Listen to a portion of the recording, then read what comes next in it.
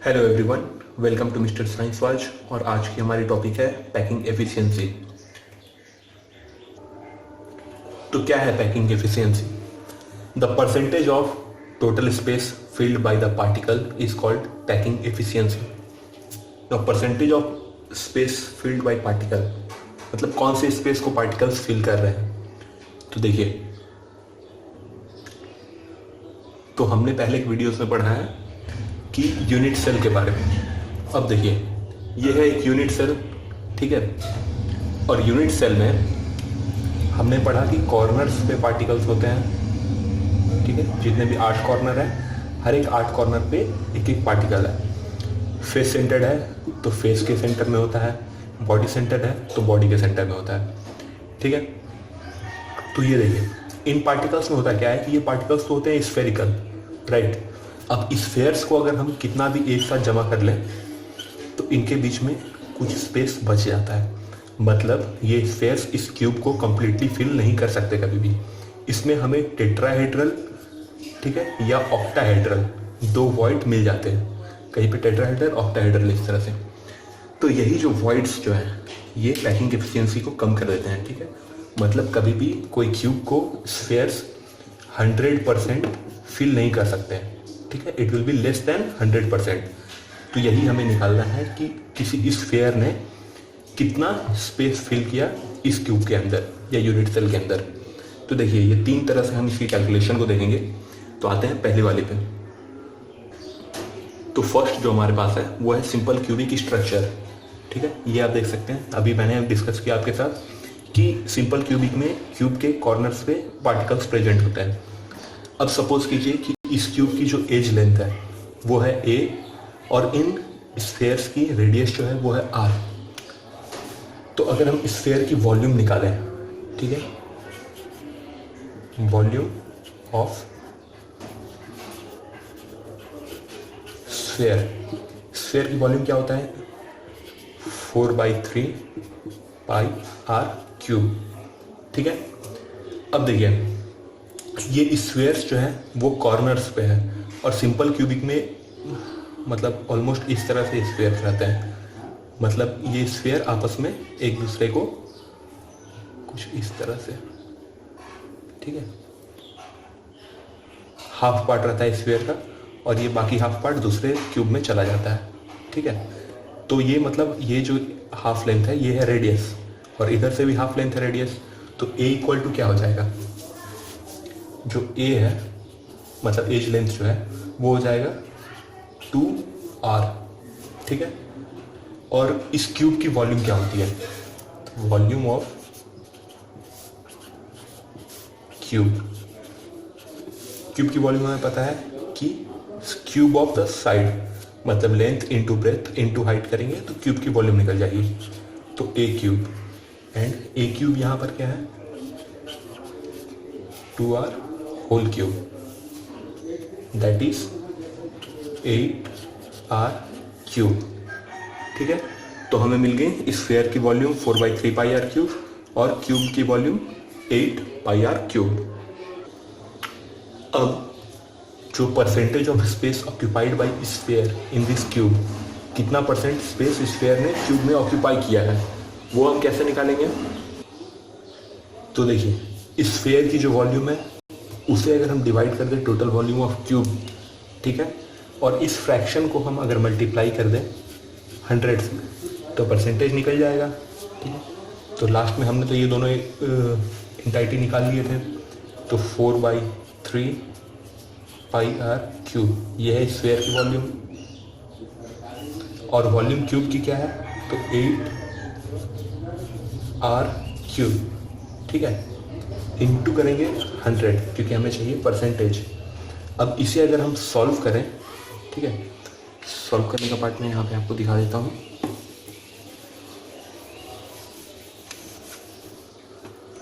उस पार्ट को अगर हम सॉल्व करें तो जो 4/3 थी, ठीक है, 4/3 एज इट इज, पाई वहाँ पे था तो पाई को अगर हम ओपन करते हैं तो 22/7 हमारे पास आता है इंटू 1/8। 1/8 कैसे, नीचे जो 8 थी वो 1/8 में कन्वर्ट हो गई। आर क्यूब कैंसिल हो जाता है और इंटू 100 फॉर परसेंटेज।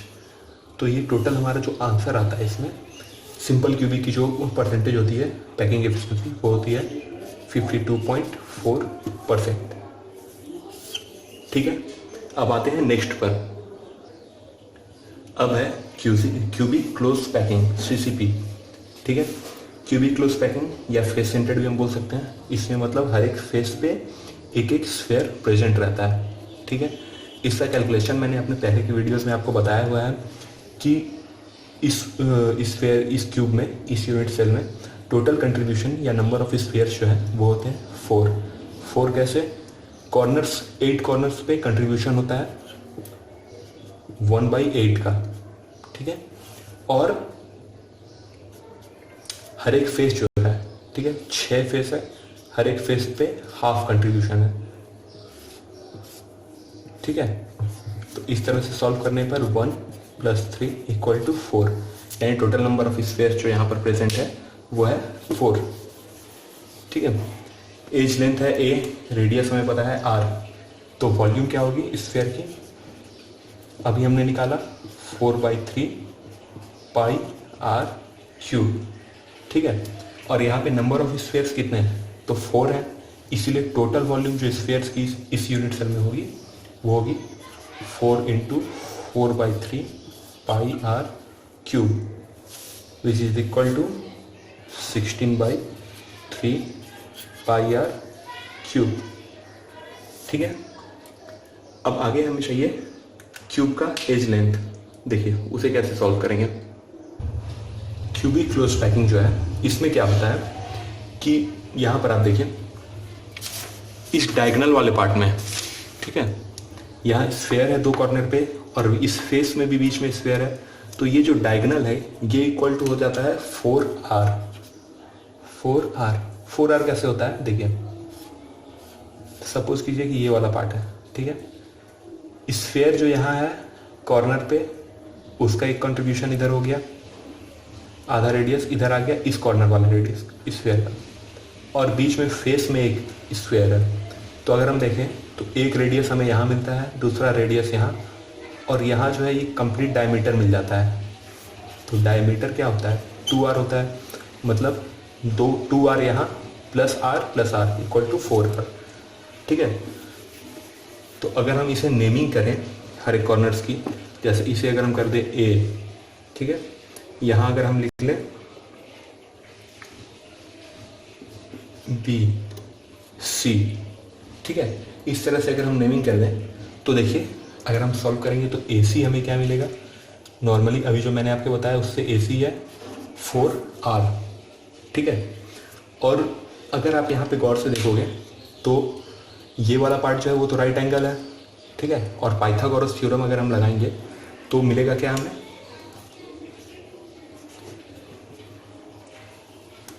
AC =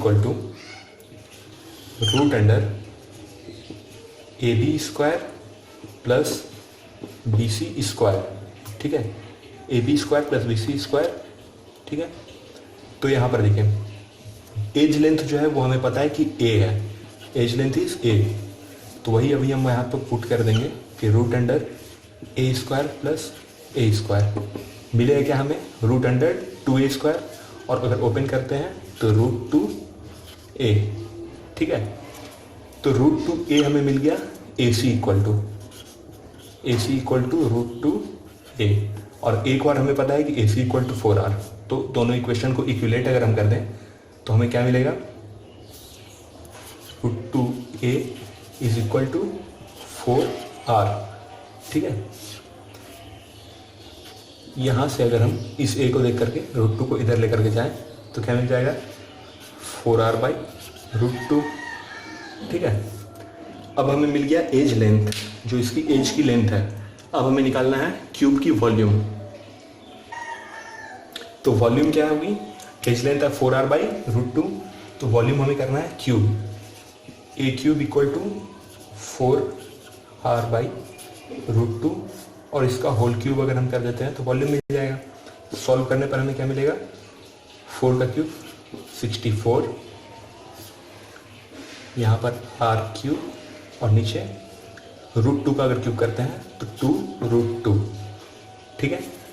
अब देखिए, अगर हमें परसेंटेज चाहिए तो percentage of space occupied by sphere,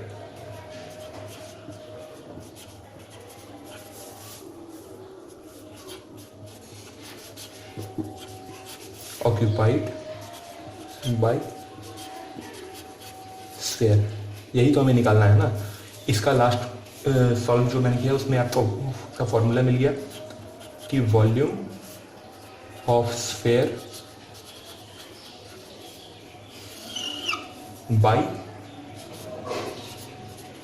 volume of cube into करना है हमें 100, ठीक है।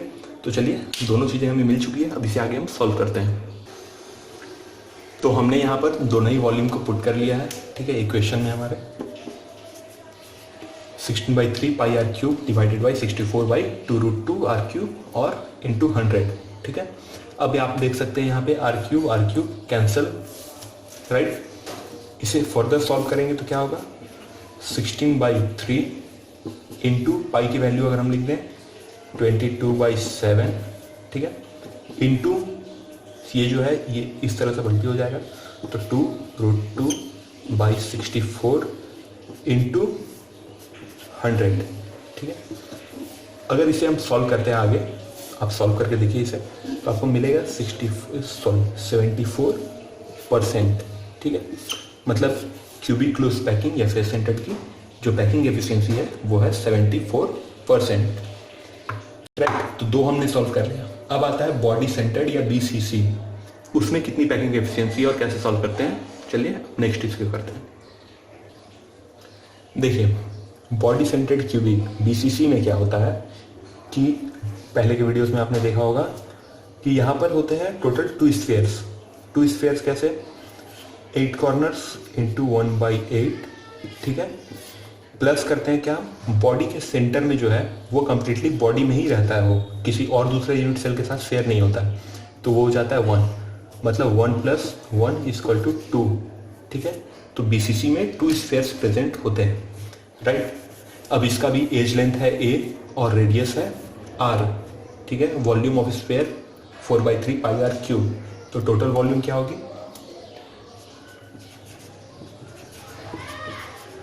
Total volume of sphere 2 × 4/3 pi r cube, ठीक है। होगा क्या ये सॉल्व करने पर 8/3 पाई आर क्यूब, राइट।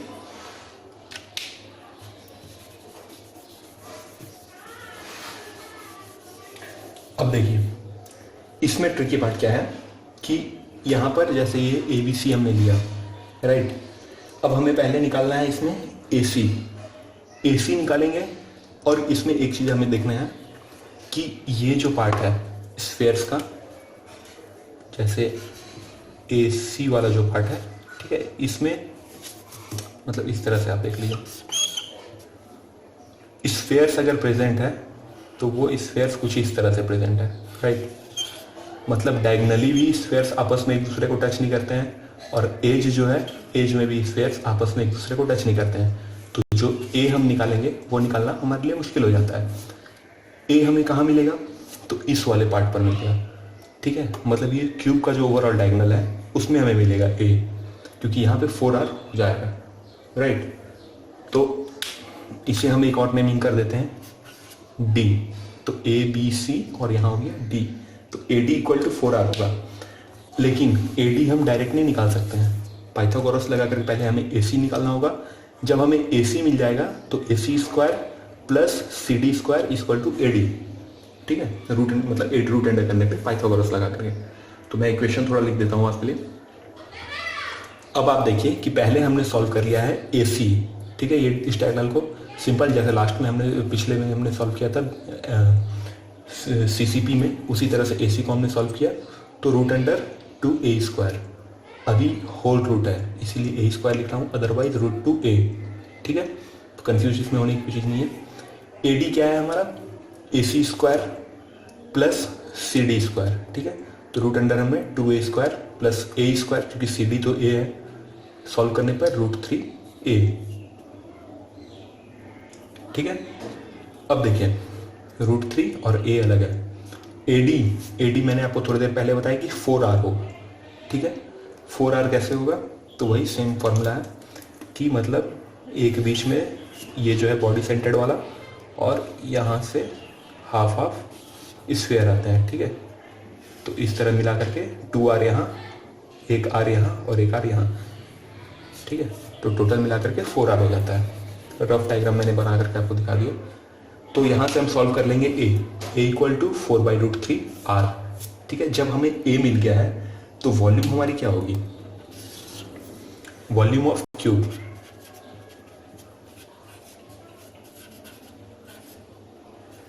ठीक है। वॉल्यूम ऑफ क्यूब होगी a cube, right. a cube क्या है 4/√3R, इसका होल क्यूब, ठीक है। सॉल्व करेंगे हम तो हमें क्या मिलेगा 64/3√3, है ना। इसे सॉल्व करने पे इंटू R क्यूब या डायरेक्ट R क्यूब, राइट। तो हमें इस स्फीयर की भी वॉल्यूम मिल गई और इसकी भी वॉल्यूम मिल गई, तो हम सॉल्व कर सकते हैं परसेंटेज के लिए। फिर से percentage occupied by sphere into the cube, वो निकालने के लिए परसेंटेज सेम फॉर्मूला है कि volume of sphere by volume of cube into 100, ठीक है। अब इसे फर्दर अगर हम सॉल्व करते हैं तो क्या मिलेगा 8/3, पाई की वॉल्यूम हमें पुट करनी है तो पाई की वैल्यू है 22/7, ये 64/3√3 है, ये पलटी हो जाएगा, R क्यूब तो पहले ही कैंसिल है, तो 3√3/64 इंटू 100 फॉर परसेंटेज। सॉल्व करेंगे अगर आप तो आपको मिलेगा 68%, ठीक है। तो इसकी यानी BCC की जो परसेंटेज है वो है 68%। मतलब अगर हम कंपेयर करें तो सिंपल वाला जो है और CCP और BCC, तो सिंपल की परसेंटेज होती है 52.4%, CCP में परसेंटेज है 74% और BCC में परसेंटेज है 68%, ठीक है। मतलब सबसे ज़्यादा परसेंटेज ऑक्यूपाइड है इसमें, यानी CCP जो है वो टाइटली पैक्ड है, क्लोज पैकिंग उसमें अच्छी है। तो अगर आपको ये अच्छा लगा हो तो वीडियो को लाइक करिए, शेयर करिए और चैनल को सब्सक्राइब जरूर कर लीजिए। Thank you.